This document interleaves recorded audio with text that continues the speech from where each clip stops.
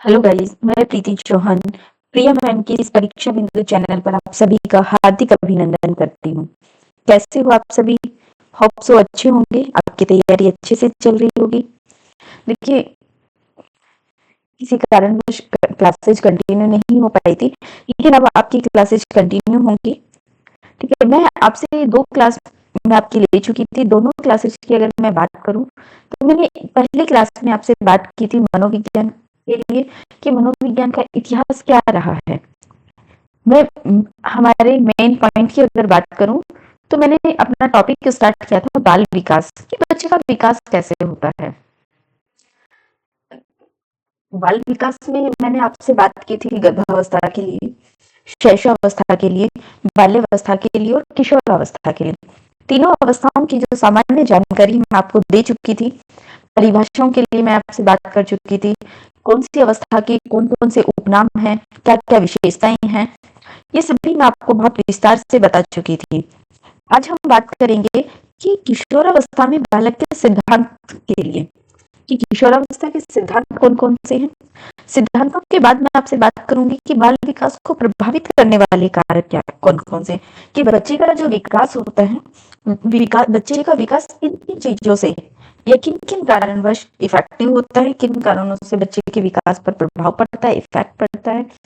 उसके बाद में मैं आपसे बात करूंगी सिद्धांतों के लिए, बिकॉज सिद्धांत जो है आपको कहानियों में इतने मजेदार तरीके से याद करवा दूंगी कि आप ये कहोगे कि अरे वाह मैम, ऐसी साइकोलॉजी हमने कभी नहीं पढ़ी है। सबसे पहले मैं आपसे बात करती हूँ किशोरावस्था के विकास के सिद्धांत के लिए, कि किशोरावस्था के विकास के सिद्धांत कौन कौन से हैं। पहला सिद्धांत है हमारा आकस्मिक विकास का सिद्धांत। नाम से ही पता चल रहा है, आकस्मिक मतलब अचानक से, जो विकास बच्चे का अचानक से हुआ है। हम देखते हैं कि बच्चे की एकदम से क्या निकलती, हाइट निकलती है। जैसे बच्चा 15-16 साल का होता है, बच्चे की अचानक से हाइट निकलती है, अचानक से बच्चे की दाढ़ी मूछ आने लग जाती है। ये क्या है? अचानक से बदलाव हो रहा है। ये आकस्मिक विकास का सिद्धांत। क्रमिक विकास का सिद्धांत, सीक्वेंस, कर्मिक नाम से पता चले, कर्मिक मतलब एक कर्म में बच्चे का जो विकास वो कैसे होता है, एक निश्चित कर्म में होता है। जैसे कि बच्चे का जो विकास है वो ऊपर से नीचे की तरफ होता है, सर से पैरों की तरफ होता है। बच्चा पहले अपना सर संभालना सीखता है और उसके बाद बच्चा पैरों पे चलना सीखता है। मैं आपको उदाहरण दूं कि बच्चा जो है, बच्चा 2-3 महीने का होता है, वो अपने सर को संभालना सीख जाता है, गर्दन कैसे संभालते हैं।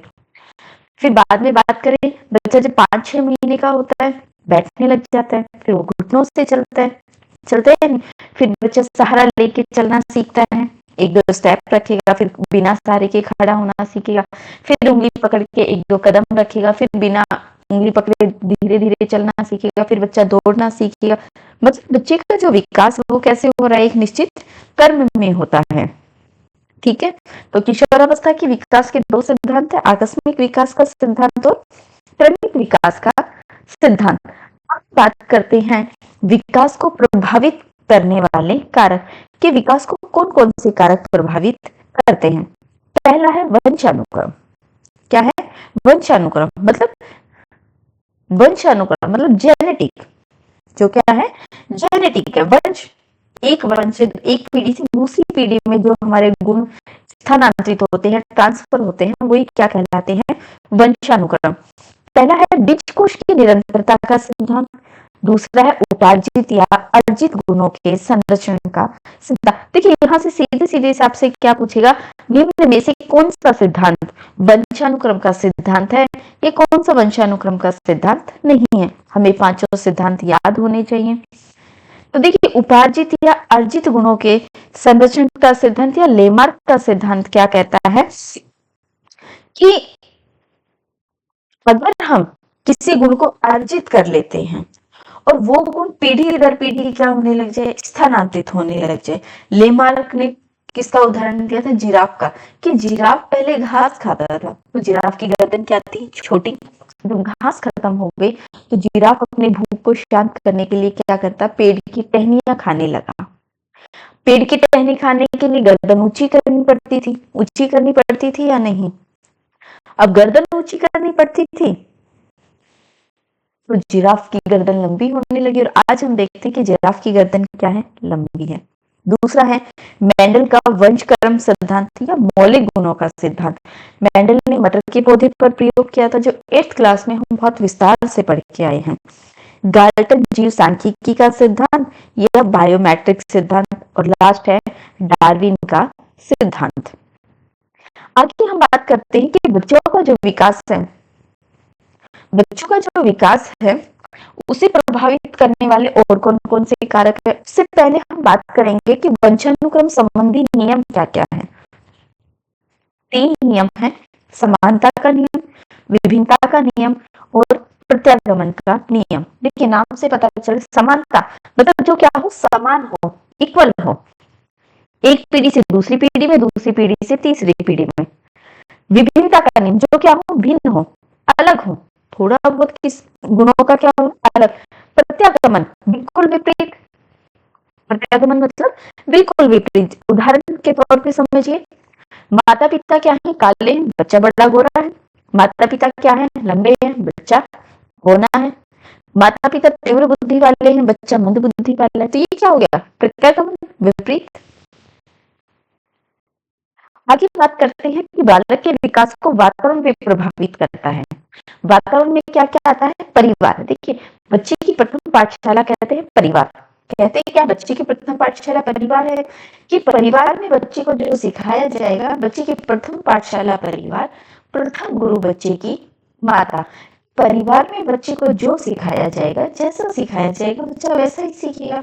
विद्यालय, विद्यालय का वातावरण कैसा है, ये भी बालक के विकास को प्रभावित करता है। फिर है बुद्धि, कैसी बुद्धि वाला है, तीव्र बुद्धि वाला है, मंद बुद्धि वाला है। व्यक्ति तो पर्सनैलिटी की, पर्सनैलिटी कैसी, जन्म कर्म कि बच्चे का जन्म का कर्म कौन सा है, कौन से नंबर का बच्चा। कहते माता पिता की जो पहली संतान होती वो तीव्र बुद्धि वाली होती। समाज, बच्चा कैसे समाज में रहता है, कैसे लोगों के बीच रहता है। जलवायु, खेल का मैदान कि बच्चा कैसे खेल खेलता है। पोषण, बच्चे को कैसा आहार दिया जा रहा है, पौष्टिक आहार दिया जा रहा है, कहते तो कुपोषण का शिकार हो गया। क्यों, क्योंकि बच्चे को पौष्टिक आहार नहीं दिया जाता। लास्ट है मनोवैज्ञानिक पहलू। ये सारे के सारे पहलू क्या करते हैं, बालक के विकास को प्रभावित करते हैं।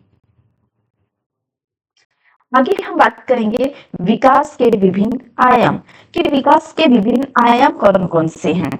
तो देखिए सबसे पहले हम बात करेंगे किसके लिए, शारीरिक विकास के लिए। किसकी बात करेंगे हम, पहले शारीरिक विकास की बात करेंगे।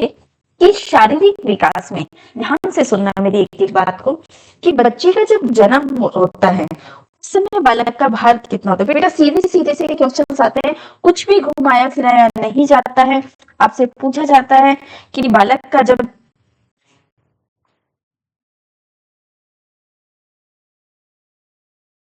क्या पूछा जाता है आपका, आपसे कि जन्म के समय, या तो पूछा जाएगा बालक का, या पूछा जाएगा किसके लिए, बालिका के लिए। या तो किसके लिए पूछा जाएगा, बालक के लिए, और या पूछा जाएगा बालिका के लिए, कि जन्म के समय बालक का भार कितना होता है या बालिका का भार कितना होता है।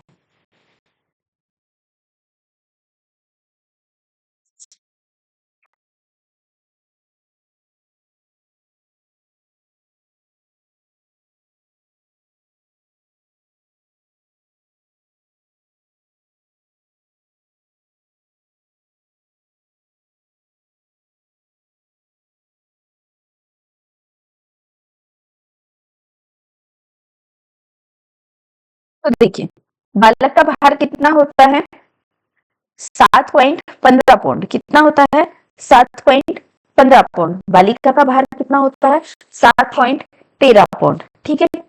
जन्म के 1 वर्ष के अंदर, कितने वर्ष के अंदर बेटा, जन्म के 1 वर्ष के अंदर बच्चे का जो भार जन्म के समय था उससे 3 गुना हो जाता है। ठीक है।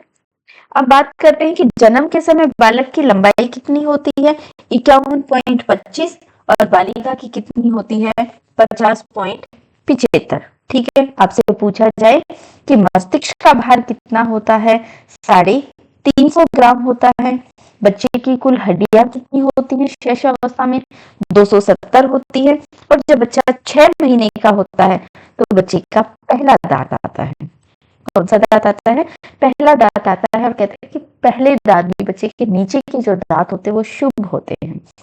ठीक है, अब बात करते हैं कि 1 मिनट में, शैशवावस्था की बात करें कि 1 मिनट में बच्चे की हृदय की धड़कन कितनी बार धड़कती है? 140 बार। और 6 वर्ष का जब बच्चा होता है तो हृदय की धड़कन कितनी बार धड़कती है 1 मिनट में? 100 बार। अब मैं बात करती हूँ बाल्यावस्था में शारीरिक विकास की। बाल्यावस्था में बालक का शारीरिक विकास, तो देखिए शैशवावस्था में बालक की, चाहे मैं वजन की बात करूं, लंबाई की बात करूं, सारी चीजें बालक की अधिक मिलेगी। बाल्यावस्था में ठीक उल्टा हो जाता है, यहाँ बालिकाओं की अधिक मिलेगी, लंबाई भी अधिक मिलेगी और भार भी अधिक मिलेगा।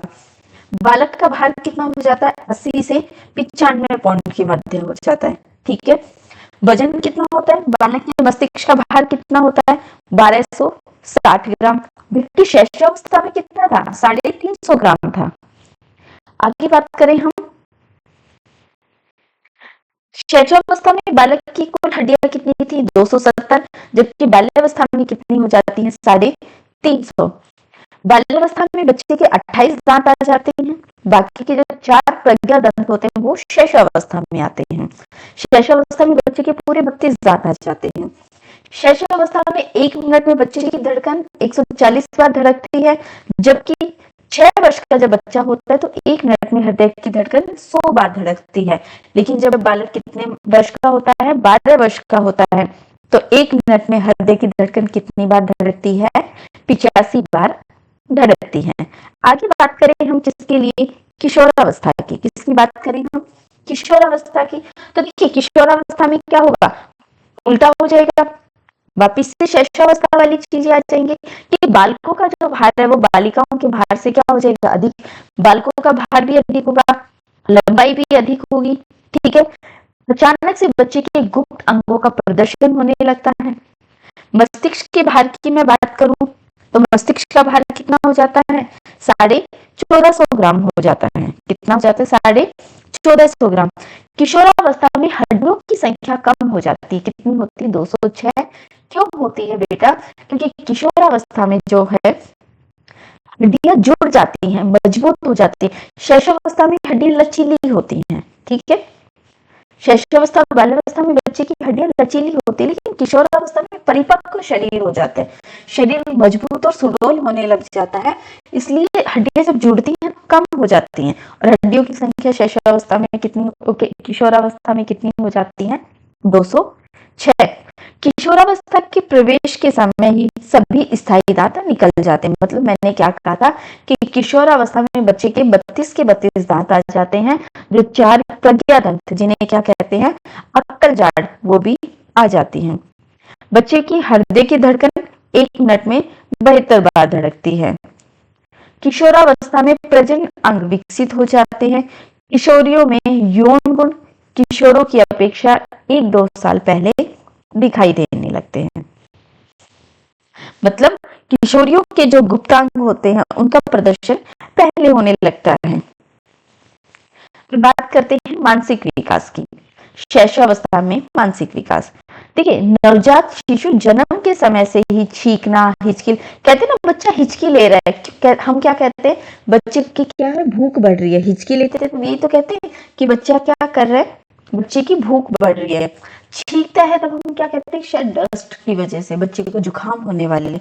मतलब छींकना, हिचकी लेना और दूध पीना, रोना, ये सब बच्चा क्या है? बचपन से ही जानता है, पैदा होता है तब से ही जानता है। बच्चा अपने संवेगों का प्रदर्शन कैसे करता है? रोकर करता है। अगर बच्चे को भूख लगी है तो हम देखते थे कि बच्चा रोएगा, धीरे धीरे रोएगा। बच्चे को तेज भूख लगेगी, चिल्ला चिल्ला के रोएगा। और तेज भूख लगेगी, बच्चा और तेज चिल्ला चिल्ला के रोएगा, पुकार पुकार के रोएगा कि माँ मुझे देख, मुझे क्या लगी है? भूख लगी है। ठीक है, लेकिन जब बच्चा 1 साल का होता है तो वो क्या? दूसरों को देखकर सीखने लग जाता है। मतलब सामने वाला जैसा व्यवहार करेगा बच्चा वैसा ही करने लग जाता है। लेकिन 5 साल का जो बच्चा होता है वो रंग पहचानने लग जाता है। ठीक है, जटिल वाक्य बोलने लग जाता है। लेकिन जब बच्चा 6 वर्ष का होता है तब बच्चा 10 से 12 तक की 15 तक की क्या गिनतियां बोलने लग जाता है, शरीर के अंग बताने लग जाता है, ये हाथ है, ये पैर है, ये उंगली है, ये मुंह है, ये बाल है। करते बाल्यावस्था में मानसिक विकास। देखिए क्रोइम क्रो महोदय की जो परिभाषा है, ये परिभाषा बड़ी ही महत्वपूर्ण है। क्रोइम क्रो की परिभाषा क्या है, बड़ी महत्वपूर्ण है। किशोरावस्था बाल्यावस्था में क्रोइम क्रो ने क्या कहा कि जब बालक लगभग 6 वर्ष का हो जाता है तब उसका मानसिक विकास योग्यता का लगभग पूर्ण विकसित हो जाता है। क्रोइम क्रो ने क्या कहा कि बच्चे का जितना मानसिक विकास होना है वो बच्चा 6 वर्ष का होता है तब तक उसका हो जाता है। बाल्यावस्था के प्रारंभ में बालक 2 वस्तुओं के मध्य अंतर कर सकता है, मतलब कौन सी चीज छोटी है, कौन सी चीज बड़ी है, कौन सी अच्छी है, कौन सी बुरी है। ठीक है, बच्चे के साथ कोई मतलब बच्चा गिर गया, लग गई, या बच्चे को किसी ने कुछ कह दिया, ऐसी छोटी मोटी जो घटनाएं होती बच्चा बताने लग जाता है। बाल्यावस्था के अंत में समस्या समाधान की क्षमता विकसित हो जाती, मतलब बच्चे के सामने अगर कोई प्रॉब्लम आती, बच्चा किसी प्रॉब्लम में फंस जाता है तो बच्चा उसका समाधान करना सीख जाता है। रचनात्मक शक्ति तथा आदर्श निर्माण इसी अवस्था में शुरू हो जाता है। आगे बात करते हैं हम मानसिक विकास। शैशवावस्था में मानसिक विकास की, शैशवावस्था में बच्चे का जो है वो मानसिक विकास, शैशवावस्था में मानसिक विकास कैसे होता है।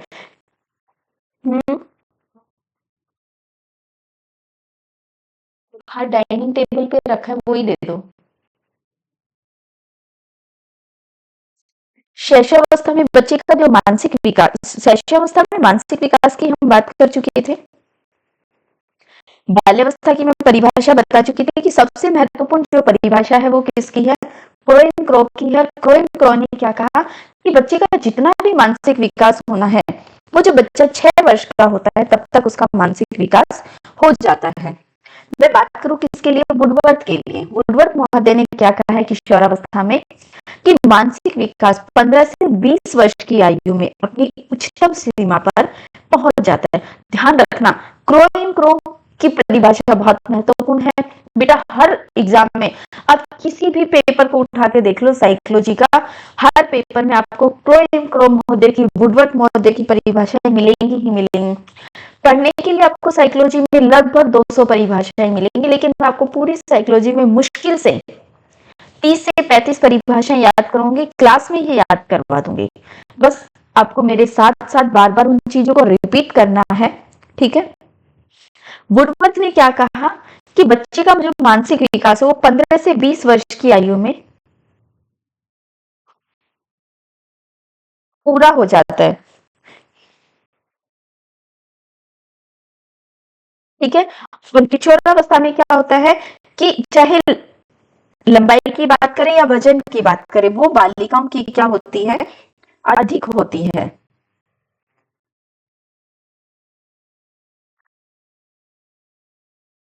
सामाजिक विकास, शैशवावस्था में शैशवावस्था में सामाजिक विकास, सामाजिक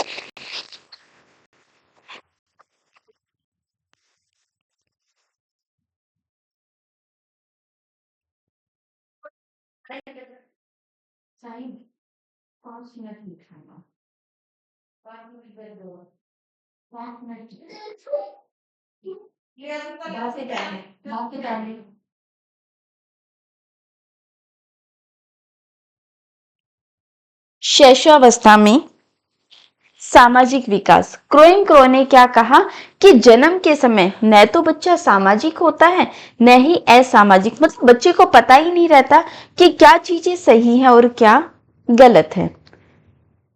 पहले माह में नवजात शिशु साधारण आवाजों व मनुष्य की आवाज में अंतर नहीं कर पाता, मतलब बच्चे को पता ही नहीं रहता कि ये किसकी आवाज है, इंसान की है, जानवर की, लेकिन बच्चा अपनी माँ की आवाज को जरूर पहचानता है। बच्चा क्या करता है, अपनी माँ की आवाज, माँ की तो खुशबू से ही पहचान लेता है। 1 वर्ष का होने पर बालक बड़ों की आज्ञा मानने लगता है और मना करने पर उस कार्य को नहीं करता। मतलब 1 वर्ष का जो बच्चा होता है वो चीजों को समझने लग जाता है। 3 वर्ष का जो बच्चा होता है वो समूह में खेलने लगता है, ग्रुप में खेलने लगता है। शैशवावस्था के अंत तक बालक सामूहिक खेलों में रुचि लेने लग जाता है। ठीक है। और नैतिक भावना का विकास प्रारंभ हो जाता है। नैतिक भावना मतलब कि बच्चा सामाजिक बन जाता है, उसे पता लगने लग जाता है कि क्या चीज अच्छी है, क्या गलत है, क्या करना चाहिए, क्या नहीं करना चाहिए। बाल्यावस्था में सामाजिक विकास। इस अवस्था के आरंभ में बालक प्राथमिक विद्यालय में प्रवेश करता है। 6 वर्ष का जो बच्चा होता है वो स्कूल जाना शुरू करता है। ये पहले की बातें हैं, ये 20वीं सदी की बात है। आज तो 2.5 साल का बच्चा स्कूल जाने लग जाता है। अब प्ले ग्रुप स्कूल होते, पहले 6th क्लास में इंग्लिश पढ़ी जाती थी, अब तो बच्चा बोलता ही इंग्लिश है। ठीक है।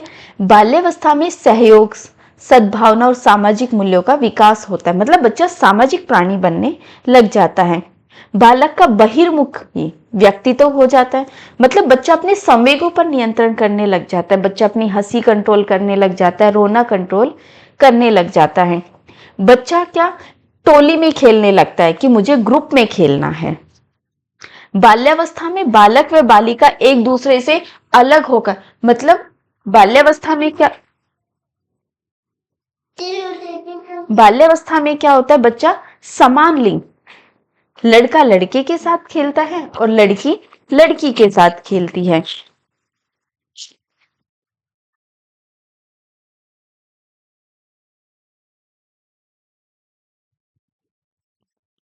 बाल्यावस्था में बच्चा चोरी करना, झूठ बोलना सीख जाता है। झूठ बोलने का मतलब, स्कूल जाने के लिए बच्चा क्या कहता है, मुझे पेट दर्द हो रहा है, आज मैं स्कूल नहीं जाऊंगा। बात करते किशोरावस्था में सामाजिक विकास। देखिए किशोरावस्था में सामाजिक विकास के लिए मैं सीधी सीधी से आपको 2-3 बातें बताऊं। बच्चा, सबसे पहला गुण जो होता है, बच्चा सामाजिक, पूर्ण रूप से सामाजिक हो जाता है। बच्चे में नैतिकता का भाव उत्पन्न हो जाता है। बच्चा समूह के प्रति क्या होता है, भक्ति भाव रखता है। बच्चा लीडरशिप, नेतृत्व, कि मैं क्या हूं, नेता बनना चाहता हूं। शादी, प्रेम, बच्चा प्रेम में पड़ने लग जाता है। बच्चा विपरीत लिंग की तरफ आकर्षित होने लगता है। बच्चा कहीं पे भी जाता है तो सोचता है मैं इतना सुंदर लगूं, मैं इतना तैयार होके जाऊं कि सब मुझे देखते रहें। संवेगात्मक विकास। संवेगात्मक विकास मतलब संवेग, जो हमारे संवेग हैं, मैं संवेगों के लिए आपसे बात करूं, हंसना, रोना, ठीक है, मतलब बच्चा इन चीजों पे नियंत्रण करना सीख जाता है। रोस ने क्या कहा कि संवेग चेतना की व्यवस्था है जिसमें रागात्मक तत्व की प्रधानता होती है। वेलेंटाइन ने क्या कहा, जब रागात्मक प्रकृति का वेग बढ़ जाता है तभी संवेग की उत्पत्ति होती है। वुडवर्थ ने क्या कहा, संवेग व्यक्ति की उत्तेजित दशा है। उत्तेजित मतलब अग्रेसिव होना। शैशवावस्था में संवेगात्मक विकास। शैशवावस्था में संवेगात्मक विकास, इसके बाद बाल्यावस्था में संवेगात्मक विकास, और लास्ट है किशोरावस्था में संवेगात्मक विकास। ठीक है, इनकी हम विस्तार से बात करेंगे और उसके बाद में हम बात करेंगे किसके लिए, सिद्धांतों के लिए।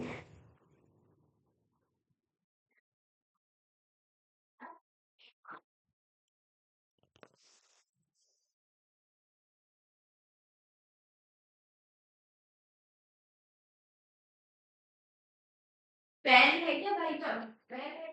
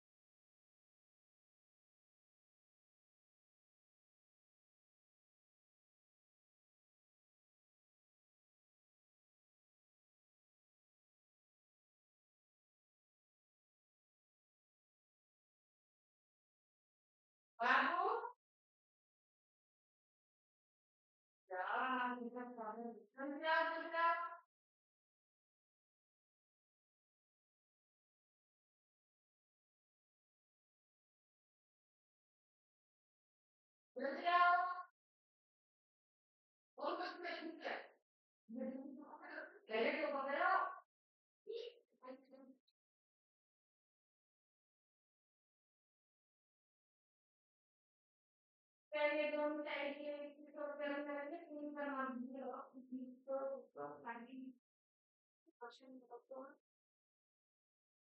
और हम दे और ये तो हम और आदमी लोग ले लो हाँ हाँ ले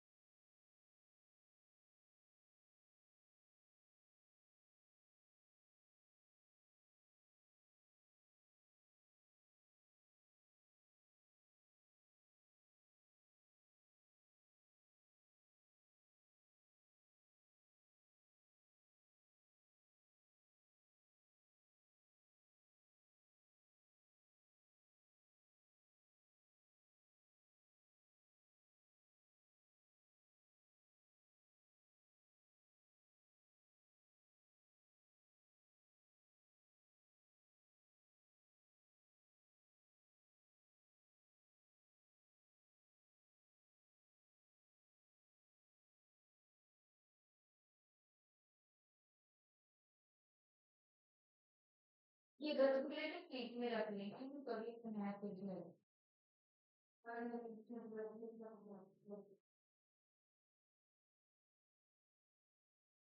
ये दूसरे रसगुल्ले तो मेरे खाने से अच्छे नहीं ना ये कभी नहीं खाए कभी नहीं देर में खा अब कुछ खाया था कि मैंगो खाया था अब मैं लड्डू में और लड्डू में भी खा सकती हूँ मुझसे ठीक है दूध नहीं पिया तो कुछ ये जूस वगैरह खा ले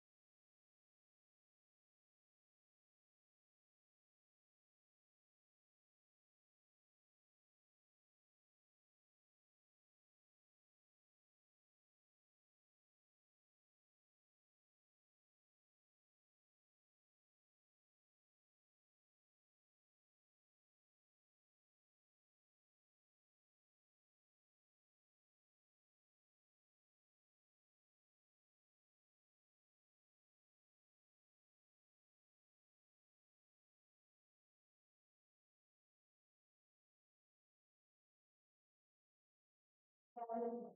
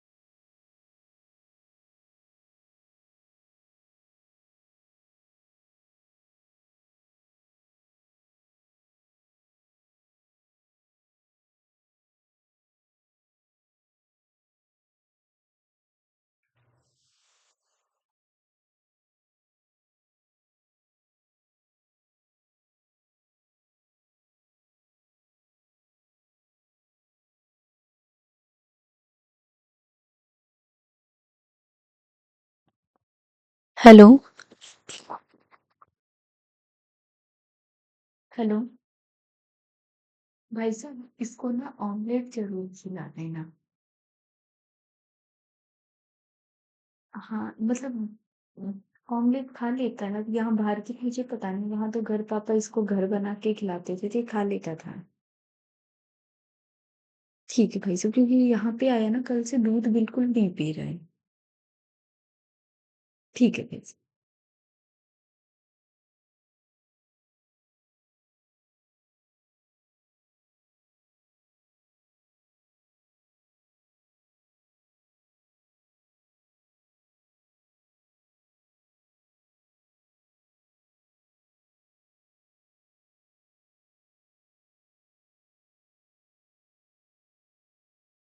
हेलो। क्या कर रही है? क्लास अपलोड करनी है लगभग 40 मिनट की। पर दो हैं, वो जोड़ लेंगे सर यार। कोई ना कोई आ ही जाता है तो 20 20 25 22 मिनट के ऐसे रिकॉर्ड हो पाए।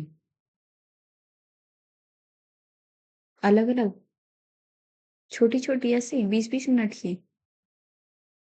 ठीक है। ठीक।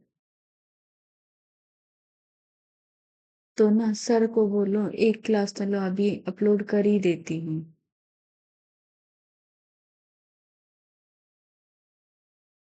ठीक है।